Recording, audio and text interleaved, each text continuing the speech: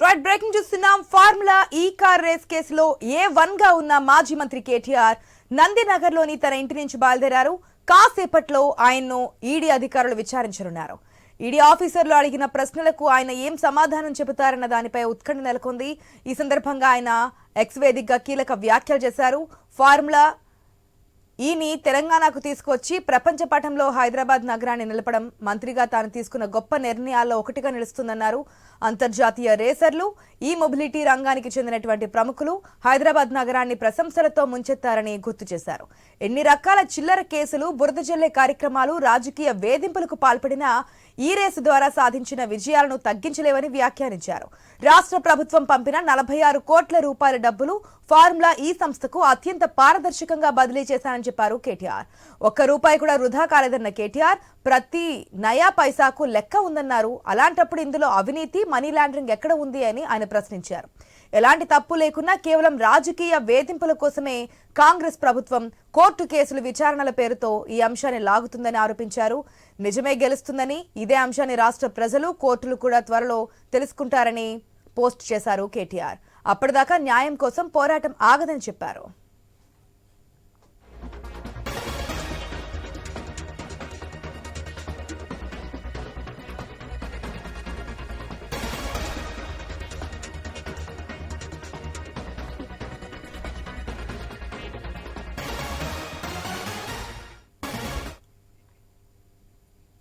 ఇక ఈ నెల 9వ తేదీన ఏసీబీ అధికారులు విచారించిన సమయంలో ఫార్ములా ఈ కార్ రేసుకు సంబంధించి నిధుల బదిలీ తన ఆదేశాల మేరకు జరిగాయని కేటీఆర్ తెలిపారు. అదే విషయాన్ని ఈడీ విచారణలోనూ చెబుతారా లేక ఇంకేమైనా చెప్పే అవకాశం ఉందా అన్నదే ఇప్పుడు ఆసక్తికరంగా మారింది. ఇప్పటికే ఈ కేసులో A2గా ఉన్నటువంటి సీనియర్ ఐఏఎస్ అరవింద్ కుమార్ ను, A3గా ఉన్నటువంటి HMDA మాజీ చీఫ్ ఇంజనీర్ BLN రెడ్డిలను ఈడీ అధికారులు విచారించి వారి స్టేట్మెంట్ కూడా రికార్డ్ చేశారు. ఏసీబీ FIR ఆధారంగా డిసెంబర్ 20న ఈడీ అధికారులు ఫార్ములా ఈ కార్ రేస్ కేసు నమోదు చేశారు. ఉదయం 10 గంటలకు నందినగర్లోని తన నివాసం నుంచి బయలుదేరి 10 గంటల 30 నిమిషాలకు ఎల్బీ స్టేడియం ఎదురుగా ఉన్నటువంటి ఈడీ కార్యాలయానికి కేటీఆర్ మరికొద్ది సేపట్లో చేరుకోబోతున్నారు. మరి ఈడీ కార్యాలయం దగ్గర ఉన్నటువంటి సిచ్యువేషన్ ఏంటని తెలియజేయడానికి మా ప్రతినిధి రవిచంద్ర సిద్ధంగా ఉన్నారు. Right, good morning Ravichandra.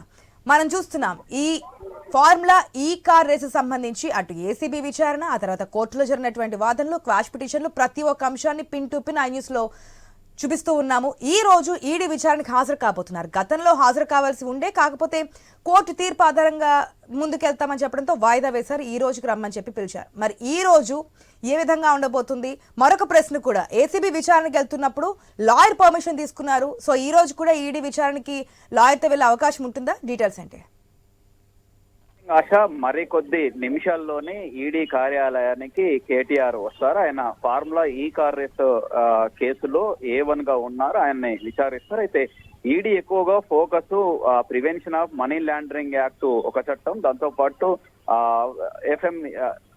పాటు foreign exchange management act, FEMA చట్టం, ఈ 2 చట్టాలని బేస్ చేసుకొని ఎక్కువగా ఇవాళ విచారణ జరిగేందుకు అవకాశాలు ఉన్నాయి. ఎందుకంటే ఒక దేశానికి సంబంధించి ముఖ్యంగా తెలంగాణ రాష్ట్రం నుంచి నిధులు FUO కంపెనీకి, బ్రిటన్ కంపెనీకి ఫౌండ్ల రూపంలో నిధులు మళ్ళాయి. అలా మళ్ళాలి అంటే RBI గైడ్లైన్స్ లేదా తెలంగాణ ప్రభుత్వంలో అప్పుడు అప్పటి మంత్రి మండలి నిర్ణయం ప్రకారం జరగాలి. సెక్రటరియట్ రూల్స్, అందులో ముఖ్యంగా ఆర్థిక శాఖ అనుమతులు, ఇవన్నీ తీసుకోవాల్సి ఉంటే ఇవన్నీ నిబంధనలు ఉల్లంఘించి విదేశీ సంస్థకు నిధులు మళ్ళాయి. ఆ కోణంలోనే ఎక్కువగా ప్రశ్నలు ఉండేటువంటి అవకాశాలు ఉన్నాయి. ఇదే అంశానికి సంబంధించి కేటీఆర్ గతంలో 9వ తారీఖున ఏసీబీ ముందు కూడా ఇదే కేసుకు సంబంధించి ఫార్ములా ఈ కార్ రేసు సంబంధించి అటు ఏసీబీ ముందు కూడా హాజరయ్యారు. ఆ సమయంలో కూడా ఇదే అంశాన్ని చెప్పారు. నాకు అనుసరణలోనంటే నేను ఆదేశాల మేరకే అప్పుడు మంత్రిగా ఒక నిర్ణయం తీసుకున్నాను. ఆ నిర్ణయం ప్రకారం నిధులు విడుదలైనాయి. అవి మంత్రిగా అప్పుడు తీసుకున్న నిర్ణయం సరైంది అంటూ కూడా ఏసీబీ అధికారులకు చెప్పినట్టు ఆయన వ్యాఖ్యానించారు. అంతేకాకుండా ఎక్స్ లో కూడా అదే అంశాన్ని పోస్ట్ చేస్తూ ఆ విధంగా మంత్రిగా, పురపాలక శాఖ మంత్రిగా తీసుకున్న నిర్ణయాలు ఇది ఒక గొప్ప నిర్ణయం, దీంతో హైదరాబాద్ బ్రాండ్ ఇమేజ్ కూడా పెరిగింది అంటూ కూడా ఆయన పోస్ట్ చేశారు. దీన్ని బట్టేసి అదే అంశాన్ని ఏసీబీకి చెప్పిందో కావచ్చు, ఎక్స్ లో పోస్ట్ చేసిన అంశాన్ని ఈడీ ముందు కూడా అదే అంశాన్ని లేవనెత్తేటువంటి అవకాశాలు ఉంటాయి. దాంతో ఖచ్చితంగా ఈ మంత్రిగా నేను నిర్ణయం తీసుకున్నాను. అంతేకాకుండా మిగతా రూల్స్ అటు ఫెమా కావచ్చు, దాంతో పాటు మనీ లాండరింగ్ యాక్ట్ కావచ్చు, ఈ అంశాలని బ్యూరోక్రసీ చూసుకోవాలి, అధికారులు చూసుకోవాలంటూ కూడా ఏసీబీ కార్యాలయంలో విచారణకు హాజరైన తర్వాత కేటీఆర్ అదే అంశాన్ని చెప్పారు. అప్పుడున్నట్టుగా చీఫ్ సెక్రటరీలు కావచ్చు వాళ్ళు అంటే రూల్స్ ప్రకారం చట్టానికి విరుద్ధంగా ఉందా లేదా అని క్రాస్ చెక్ చేసుకోవాల్సిన అవసరం ఉండే అంటూ కూడా ఆ విధంగా చెప్పారు. అదే అంశాన్ని కూడా ఈడీ అధికారులకు చెప్పేటానికి అవకాశాలు ఉన్నాయని చెప్పుకోవచ్చు. మరొక అంశం ఏంటంటే ఇక్కడ భారీగా పోలీసుల్ని ఏర్పాటు చేశారు. ఎందుకంటే ఆ రోజు ఏసీబీ దగ్గర కూడా అంతే విధంగా ఏర్పాటు చేశారు. ఇక్కడ కూడా సేమ్ ఇవాళ 3 అంచెల భద్రత ఏర్పాటు చేశారు. అటు నుంచి అసెంబ్లీ రూట్ నుంచి ఇటు ఇక్కడి నుంచి కూడా బషీర్బాగ్ నుంచి కూడా 2 వైపుల నుంచి కూడా పోలీసుల్ని ఏర్పాటు చేశారు. ఆయన ఎప్పుడైతే దగ్గరికి పరిసర ప్రాంతాల్లోకి వచ్చినట్టు సమయంలో ఈ రోడ్ అంతా బ్లాక్ చేస్తారు. ఎవరిని లోపలికి అనుమతించేట అవకాశాలు అక్కడ ఏసీబీ దగ్గర కూడా ఆ రోజు అదే జరిగిందని చెప్పుకోవచ్చు. మరికొద్ది సేపట్లో అదే జరుగుతుంది. ఎందుకంటే కేటీఆర్ తో పాటు ఈసారి లాయర్ అడ్వకేట్ కూడా ఆయనతో పాటు వస్తారా? ఎందుకంటే ఏసీబీకి ఇదే అంశాలు ఏసీబీకి ముందు రోజు హాజరైనప్పుడు ఏసీబీ ఆఫీసులోకి అడ్వకేట్ అనుమతించకపోవడంతో ఆయన కోర్టును ఆశ్రయించారు.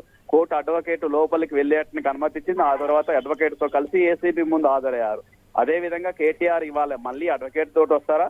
వస్తే ఈడీ ఆఫీసులో ఈడీ కార్యాలయంలో విచారణ అధికారులు ఆయనని అడ్వకేట్ తో కలిపి అనుమతిస్తారా లేదన్నా కూడా ఉంది. మరొక అంశం ఏంటంటే కోర్టు డైరెక్ట్ చేసింది కాబట్టి ఏసీబీ అయినా ఈడీ అయినా 2 విచారణ సంస్థలకు రూల్స్ అంతే కాకుండా హైకోర్టు ఆదేశాల మేరకు ఆయన అడ్వకేట్ ఉంది కాబట్టి అడ్వకేట్ ని అలో చేసేటానికి అవకాశాలు కూడా ఉంటాయి. కాకపోతే ఆయన అడ్వకేట్ ని తీసుకొని వస్తారా లేదన్నది మరి కొద్ది నిమిషాల్లోనే తేలిపోయేటానికి అవకాశాలు ఇవాళ మాత్రం ఈడీ ఎక్కువగా ఫోకస్ ఫెమా చట్టం కావచ్చు, దాంతో పాటు మనీ లాండరింగ్ చట్టం కావచ్చు, వీటిని ఉల్లంఘించి విదేశీ సంస్థలకు నిధులు మళ్ళాయి. అవి మీ కనుసన్నల్లోనే జరిగాయా? జరిగితే ఈ చట్టం ఈ రూల్స్ ప్రకారం ఎందుకు ఫాలో కాలేదు? మంత్రిగా నిధులు మళ్ళినప్పుడు ఎందుకు జాగ్రత్తలు తీసుకోలేదనే విధంగా ఈడీ ప్రశ్నించే అవకాశాలు ఉన్నాయి. ఆశ. Right Ravichandra, thanks for the update.